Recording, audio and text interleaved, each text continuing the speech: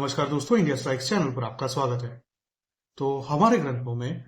3 अलग अलग आयाम बताए गए हैं किसी भी कही गई बात को समझने के लिए, यानी कि जो श्लोक दिए गए हैं उन श्लोकों को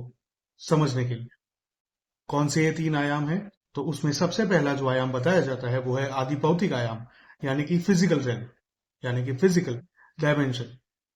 दूसरा जो आयाम बताया जाता है, दूसरा जो डायमेंशन बताया जाता है वो है आध्यात्मिक डायमेंशन, यानी कि स्पिरिचुअल रेल्म। और तीसरा जो आयाम बताया जाता है, तीसरा जो डायमेंशन बताया जाता है वो आदिदैविक, यानी कि डिवाइन रेल्म बताया जाता है। तो हमारे ग्रंथों में किसी भी कही गई बात को समझने के लिए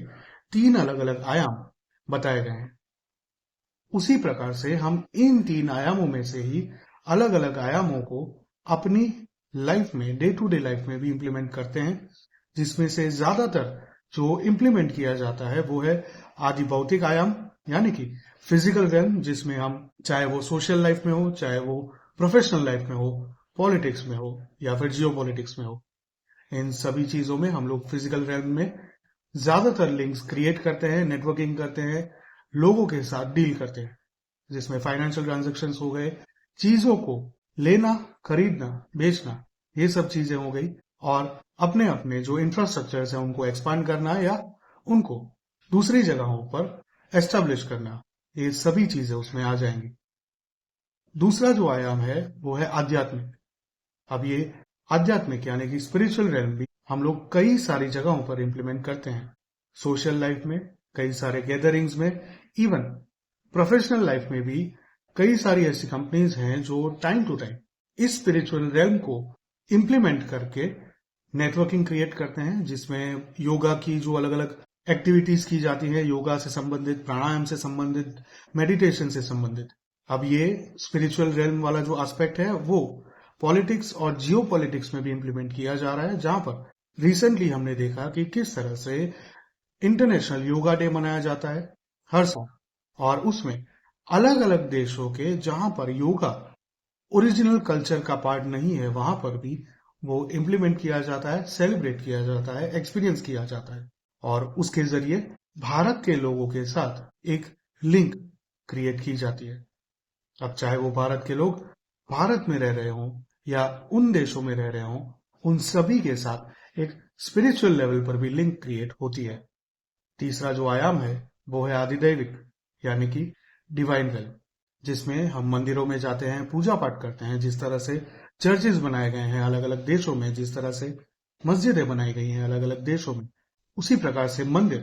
हिंदुओं के साथ नेटवर्क क्रिएट करने के लिए और आदिदैविक माध्यम से यानी कि डिवाइन रेल्म से जुड़ने का एक तरीका है। तो उसी के चलते कल अबू धाबी में एक बहुत ही भव्य मंदिर का इनॉग्रेशन होने जा रहा है, जिसके लिए श्री नरेंद्र मोदी खुद वहां पर उपस्थित होंगे। और ये जो पूरा प्रोसेस किया जा रहा है यूएई गवर्नमेंट द्वारा, उसके पीछे का जो पर्पस है वो ये है कि गवर्नमेंट टू गवर्नमेंट रिलेशंस और टाइज ऑलरेडी सालों से रेगुलर बेसिस पर चल रही है, और वो जो टाइज हैं वो आदि भौतिक लेवल पर है, आदि भौतिक यानी कि फिजिकल रेल्म में है। लेकिन अगर ये आदिदैविक यानी कि डिवाइन रेल्म को भी वहां पर इंट्रोड्यूस किया जाता है तो people to people connect Bharat के लोगों का वहां के लोगों के साथ डायरेक्ट हो सकता है, जिसके चलते ये जो टाइज क्रिएट की जाती है वो लॉन्ग टर्म चल सके। तो उसी को ध्यान में रखते हुए ये मंदिर का निर्माण किया जा रहा है। कई सारे लोग हो सकते हैं जिनको डायरेक्ट ये जो टेम्पल डेवलप हो रहा है, ये जो टेम्पल वहां पर एस्टेब्लिश किया जा रहा है या किसी भी देश में एस्टेब्लिश हो रहा है, उसके पीछे का जो पर्पस है, उसके पीछे का जो रीजनिंग है, जो लॉजिक है, वो समझने में शायद दिक्कत हो। तो ये उसका सिंपलेस्ट क्लैरिफिकेशन है। चाहे वो चर्च को ध्यान में रखकर आप सोचें, चाहे वो मस्जिदों को ध्यान में रखकर आप सोचें, या किसी भी अन्य धर्मस्थल को ध्यान में रखकर आप सोचें, उन धर्मस्थलों पर वहां के लोग जाकर उस तरह का कल्चर एक्सपीरियंस कर सकते हैं जो ओरिजिनल कंट्री से डेवलप हुई हैं, जो ओरिजिनल लैंड से डेवलप हुई हैं। जिस तरह से मंदिरों में जो कल्चर पाया जाता है वो भारतवर्ष से कनेक्ट करता है। तो ये एक रीजन है, पर्पस है जियो पॉलिटिक्स में मंदिरों को अलग अलग जगहों पर एस्टेब्लिश करने का और उनको हाईलाइट करने का। इसी प्रकार की एक्टिविटीज सिर्फ आज हो रही हैं ऐसा नहीं है, प्राचीन काल में भी इस प्रकार की एक्टिविटीज की गई थी। जैसे कि चोला साम्राज्य में इंडोनेशिया, कंबोडिया और कई अन्य नेशंस तक इस प्रकार की जो एस्टैब्लिशमेंट्स थे उनको पहुंचाया गया था और उसके रिमेन्स आज भी देखे जा सकते हैं, जिसकी वजह से वहां के लोग भारतीय संस्कृति के साथ, भारतीय कल्चर के साथ और बाय दोज मीन्स भारत के लोगों के साथ एक लिंक इजीली क्रिएट कर पाते हैं, कनेक्शन इजीली क्रिएट कर पाते हैं और जुड़ सकते हैं, कम्युनिकेट कर सकते हैं और अपना जो एक्सपेंशन है, अपना जो पर्पस है उसको फुलफिल कर सकते हैं। अबू धाबी में जो मंदिर का निर्माण हो रहा है वो बाब्स द्वारा स्वामीनारायण टेम्पल डेवलप हुआ है, जिसका इनॉग्रेशन होने जा रहा है कल। तो उसी के लिए हम अबू धाबी में रहने वाले सभी भारतीयों को बहुत बहुत बधाई देना चाहते हैं और साथ ही में यूएई की सरकार को भी साधुवाद करना चाहते हैं कि इस प्रकार का इनिशिएटिव लेकर वे people to people connect create करने के लिए कदम उठा रहे हैं। इसी के ऊपर डीडी न्यूज ने एक छोटा सा क्लिप बनाया हुआ है जो पास्ट इवेंट्स से ली गई हैं। तो वो एक छोटा सा क्लिप चला रहे हैं, 1-1.5 मिनट का है।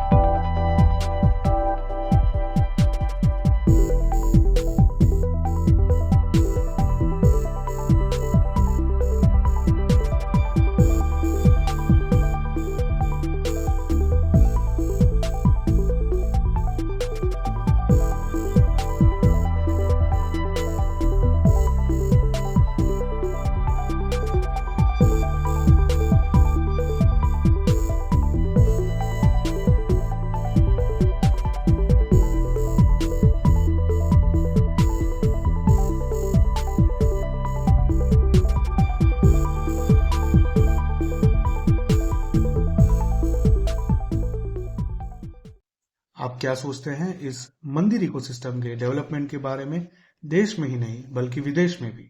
वो हमारे साथ कमेंट में जरूर साझा करें। वीडियो को लाइक करके चैनल को सब्सक्राइब कर लें ताकि आपको इस प्रकार के अलग अलग पर्सपेक्टिव्स रेगुलर बेसिस पर मिलते रहें, पॉलिटिक्स से संबंधित, जियो पॉलिटिक्स से संबंधित और समय दर समय धर्म से संबंधित। और अगर आप भारतीय संस्कृति से जुड़ी हुई बुक्स पढ़ना चाहते हैं लेकिन आपको पढ़ने का टाइम नहीं मिल रहा है, तो कुकू एफएम का एक खास प्रमोशनल ऑफर चल रहा है, जिसके अंतर्गत हम आपके साथ एक कोड डिस्क्रिप्शन में शेयर कर रहे हैं और साथ ही में एक लिंक भी शेयर कर रहे हैं। तो उस लिंक पर जाके उसको कुकू एफएम को डाउनलोड करें और अगर आपने ऑलरेडी कुकू एफएम डाउनलोड कर रखा है तो उस कोड का यूज करके एनुअल सब्सक्रिप्शन परचेस करें ताकि आपको 50% डिस्काउंट मिले और उस कुकू एफएम के जरिए आप हजारों बुक्स एक्सप्लोर कर सकते हैं, सुन सकते हैं जब भी आप ऑन द गो हो या कुछ काम कर रहे हो या रिलैक्स हो रहे हो, किसी भी समय। मिलते हैं अगली खबर में, तब तक के लिए जय हिंद, हर हर महादेव।